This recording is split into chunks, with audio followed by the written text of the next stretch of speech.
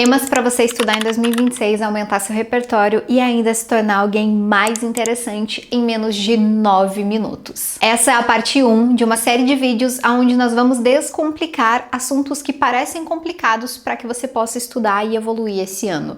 E hoje nós falaremos do tema filosofia de forma prática. E se você revirou o olho pensando que esse será um vídeo chato, pode parar agora. Eu sei muito bem que alguns dos nossos professores que a gente teve lá no nosso passado, nas escolas, talvez te ensinaram que a filosofia é algo distante, do passado, coisa de gente antiga, textos difíceis ou até mesmo nomes estranhos. Mas a verdade é que a filosofia nasceu do cotidiano. Ela nasceu de gente tentando entender como viver melhor e como ensinar isso para os demais. Porque pensar melhor é viver melhor. Nesse vídeo você vai entender que o que foi ensinado há séculos atrás reflete nos dias de hoje e o que eu vou falar sobre filosofia nesse conteúdo vai te ajudar, primeiro, a pensar por si mesma, sustentar opiniões sem repetir discursos copiados de alguém que você viu falando sobre esse assunto na internet e a lidar melhor com frustrações e as incertezas da vida. E vamos começar pelo básico. A filosofia é uma prática de pensar com mais consciência antes de agir. Um exemplo real. Quando algo dá errado, a maioria das pessoas se perguntam: por que isso aconteceu comigo? E a filosofia nos ensina a perguntar: o que depende de mim agora nessa situação desafiadora? E esse é um exemplo bem simples e muitas vezes é difícil para algumas pessoas entender que a filosofia, ela não é para te trazer respostas prontas, mas para te fazer pensar, para te fazer aprender a fazer perguntas melhores sobre a vida, sobre você e também sobre o mundo.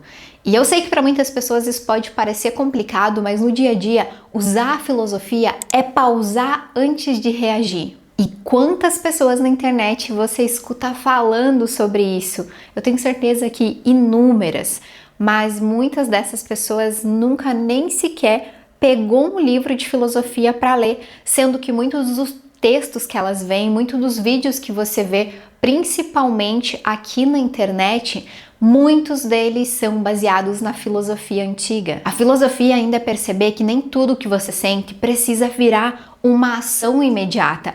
É questionar aquelas ideias automáticas como isso sempre dá errado para mim ou as pessoas são assim mesmo.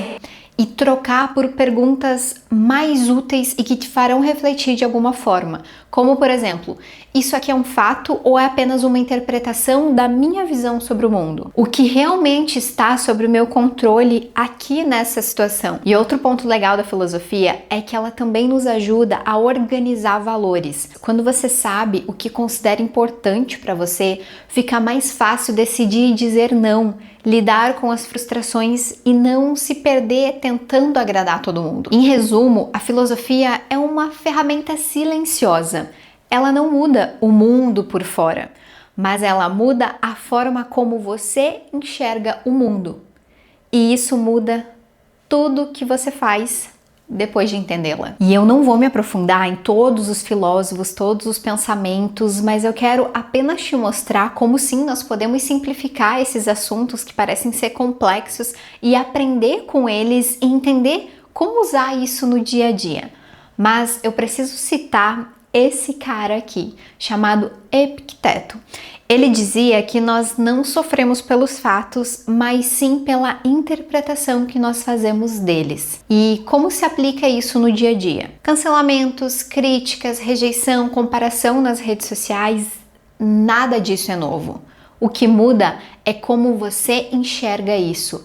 E a filosofia, ela não promete uma vida simples e sem dor, mas ela te ensina a não criar um sofrimento desnecessário. Pensa num exemplo comum: o medo de aparecer nos stories, ou o medo de começar um projeto novo, o receio de o que será que vão pensar de mim? E aí você percebe que isso já é um sofrimento antes mesmo de qualquer coisa acontecer. E mais, a opinião dos outros não está sobre o seu controle.